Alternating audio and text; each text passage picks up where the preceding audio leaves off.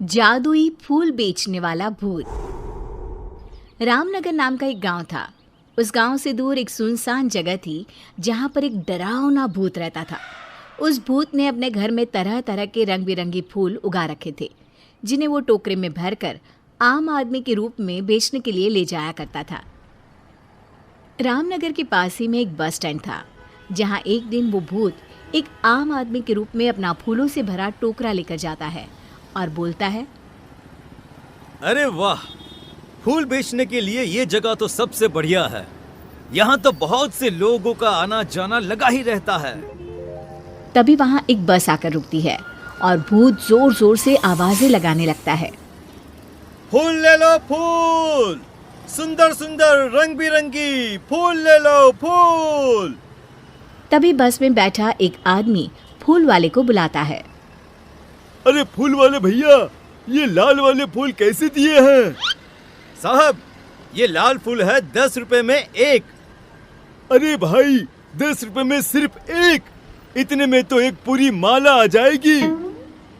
अरे साहब, चलिए आपको 10 रुपए में 2 फूल दे देता हूँ। घर जाकर अपनी धर्मपत्नी जी को दीजिएगा।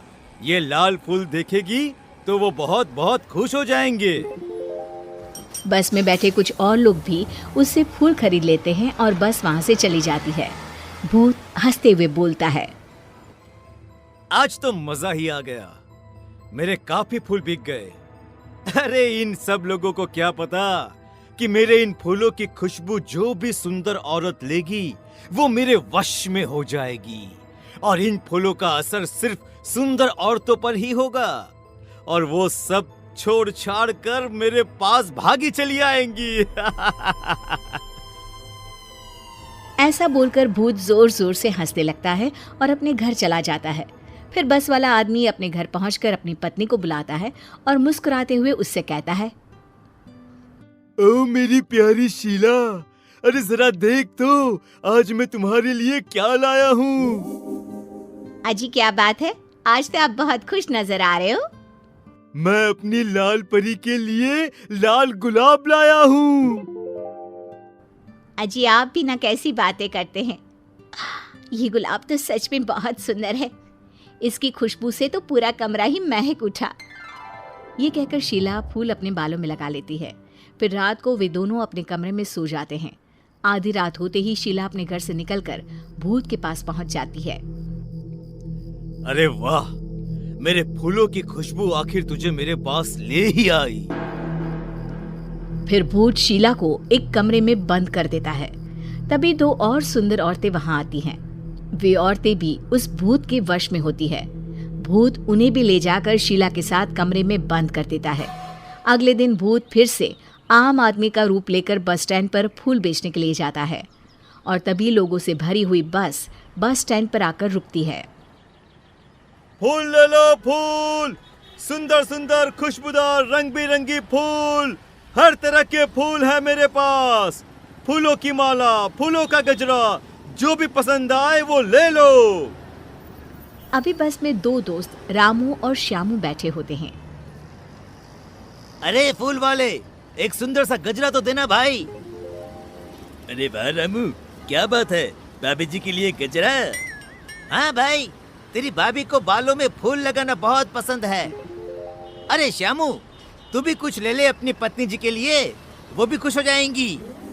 हाँ हाँ भाई, अरे तुम भी एक गजरा ले लो अपनी पत्नी जी के लिए। वैसे भी सुंदर औरतें बालों में फूल लगाकर और भी सुंदर लगती हैं।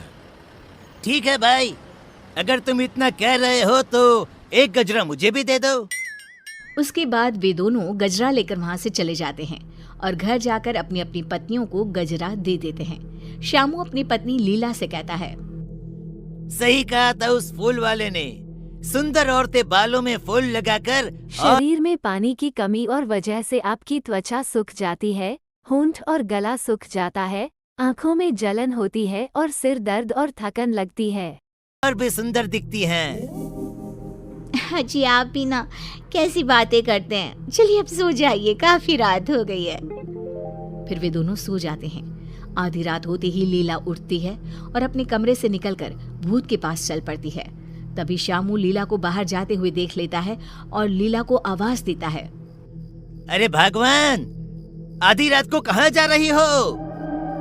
पर लीला पर भूत के फूलों का असर होता है। थोड़ी दूर जाकर लीला गायब हो जाती है और भूत के पास पहुंच जाती है। शामू ये सब देखकर डर जाता है।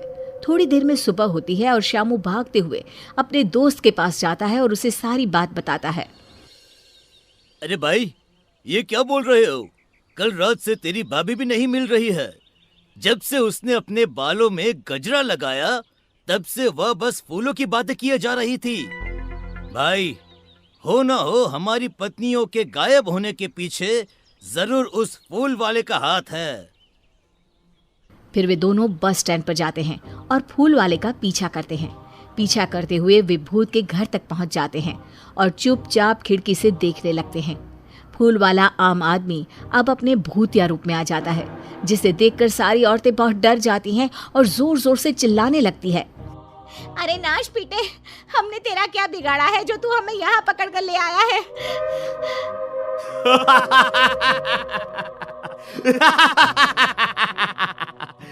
तुम सुंदर औरतों के खून से ही तो मेरे इन सुंदर सुंदर फूलों को शक्ति मिलती है। जितनी ज्यादा फूलों को शक्ति मिलेगी, मैं उतना ही ताकतवर बनूंगा और फिर पूरे गांव पर सिर्फ मेरा ही राज होगा। आज आधी रात को ही मैं एक एक करके तुम सारी सुंदरियों का खून अपने फूलों में डालूंगा। रामू और शामू ये सब खिड़की से देख और सुन रहे होते हैं। तभी रामू बोलता है। अरे भाई शामू, यह फूल बेचने वाला तो भूत निकला। अब हमें इन सभी औरतों को भूत के चुंगल से निकालने के लिए कुछ न कुछ करना ही होगा। हाँ भाई, हमारी पत्नी भी तो हमारे लिए कितना कुछ करती है। आज हमारी बारी है इनके लिए कुछ करने की। ये कहकर दोनों गांव चले जाते हैं और गांव के सरपंच को सारी बात बताते हैं। तभी कुछ और लोग भी वहां आ जाते हैं। उनमें से एक आदमी सरपंच से कहता है। सरपंच जी, मेरी बीवी भी 2 दिनों से गायब है। कहीं वो भी उस भूत के पास तो नहीं चली गई? तभी रामू सरपंच से कहता है।